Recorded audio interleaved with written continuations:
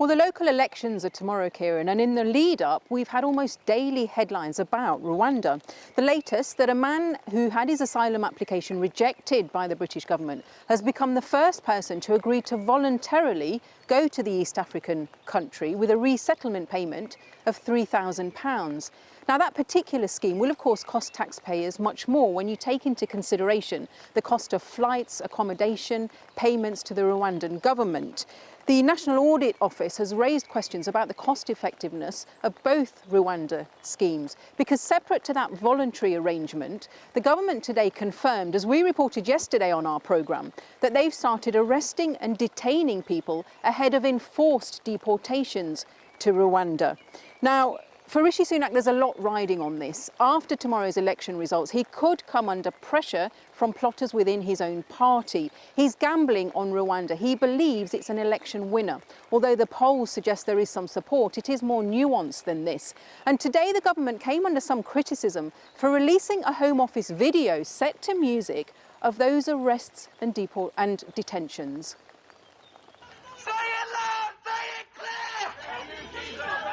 In the week of the local elections, amid noisy protests, the detentions have begun.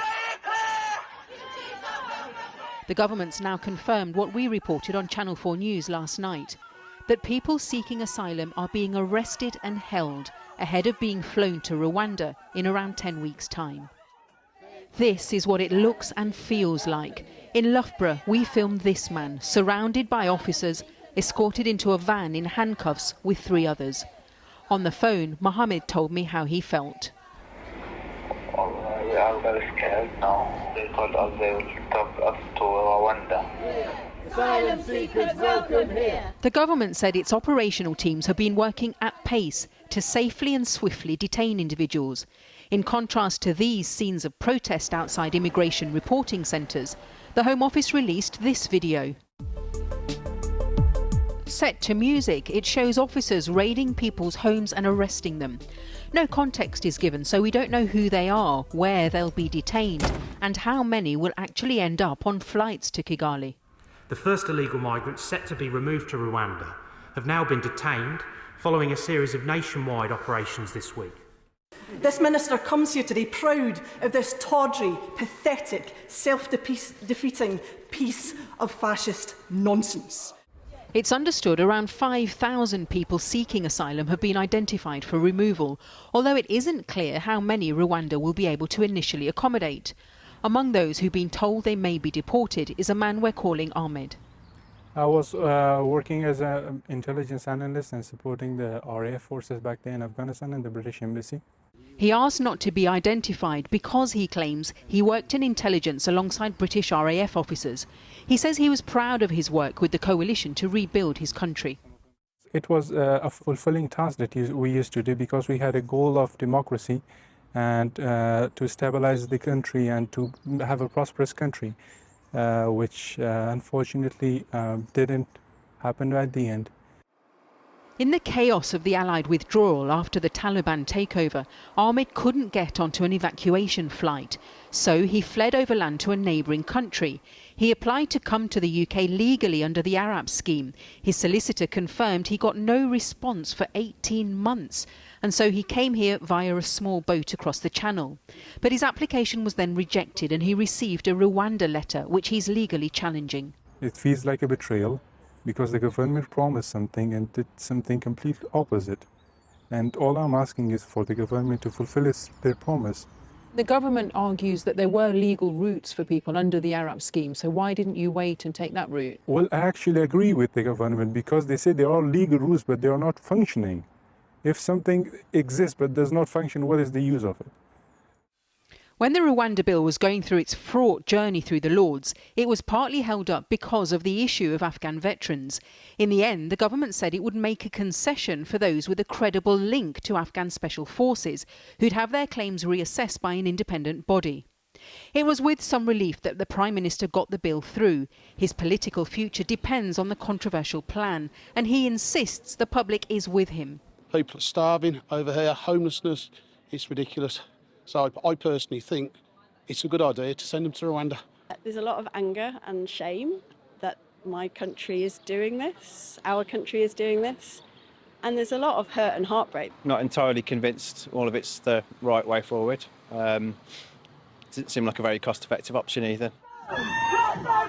The government may well be hoping that the images of these detentions will be a deterrent and stop the boats. This, as today new figures show, more than 7,500 people made the dangerous journey in the first 4 months of this year, a 27% increase on the same period last year. Well, as we've been hearing, the government just sent a failed asylum seeker to Rwanda and it paid him £3,000 to go. But how much will it really cost? We've been taking a closer look and the true cost to British taxpayers is much, much larger. Now, this isn't the main Rwanda policy that's dominated politics for 2 years. That's about forcing some asylum seekers to East Africa to have their claims processed there. This is a voluntary scheme for people still in the UK whose applications have already failed. The government is now offering these people up to £3,000 to move to Rwanda. But the true cost is much, much more, as British taxpayers are also paying Rwanda for every individual they take.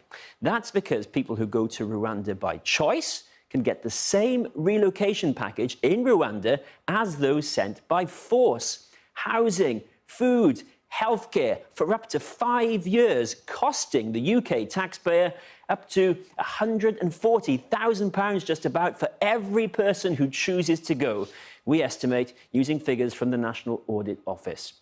That's on top of the £370 million the government will pay to set up the forced and voluntary Rwanda schemes. Well, the Home Office told us the policy allows people to be relocated to what it describes as a safe third country, where they will be supported. It says removal flights to Rwanda will take off in the next 9 to 11 weeks to deter people crossing the channel. Krish. Thanks. Well, in Dublin, police have moved in to clear a tent encampment set up by asylum seekers. Some 200 tents were removed from the city centre and their occupants relocated to the south of the capital. Our Foreign Affairs correspondent, Porrick O'Brien, is in Dublin. Porrick. Krish, we're a few streets over from Leinster House here, the Houses of Parliament in Dublin.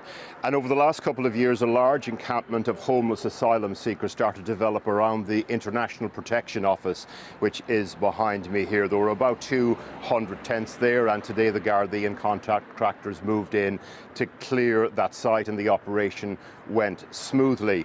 We've been down at that camp quite a lot recently. Conditions there were squalid, businesses were complaining about it, but crucially, the site was totemic, I suppose, of the struggle that the Irish government have been having when it comes to managing immigration.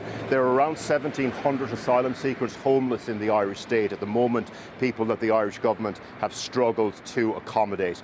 2 large groups of men were brought to 2 different sites on the outskirts of Dublin, asylum centres on the outskirts of Dublin today.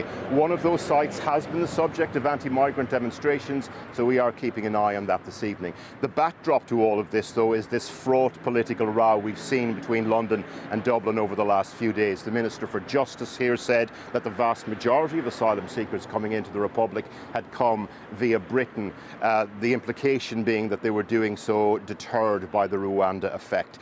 There is a lot of political posturing, though, going on here. From the Irish government's point of view, they can point at Rwanda and say, see, there are larger numbers coming in, we are struggling to manage it. And of course, from Rishi Sunak's point of view, with an election, local elections tomorrow, he can appear robust on the sovereignty of British borders and, of course, can get, let's face it, what is a rare win when it comes to his Rwanda policy. He can say, see, yes, there is a deterrent effect. People are leaving the United Kingdom and coming to Ireland to claim asylum.